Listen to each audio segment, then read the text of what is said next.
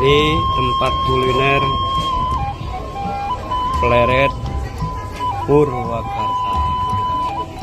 Ini kuliner khas Purwakarta, khususnya daerah Pleret. Ini tidak asing lagi, makanan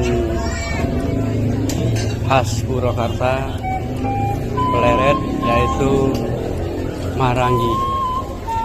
Ini cukup banyak juga nih, lapaknya cukup banyak. Hari Sabtu dan Minggu padat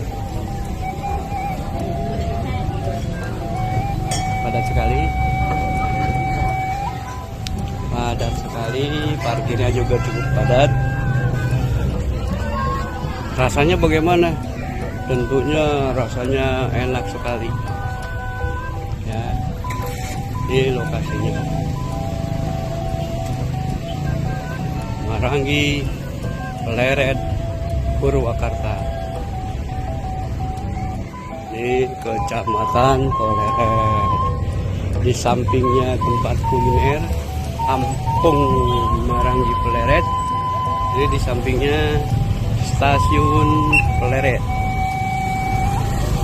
Stasiun Pleret. Silakan dicoba yang belum pernah berkuliner di sini.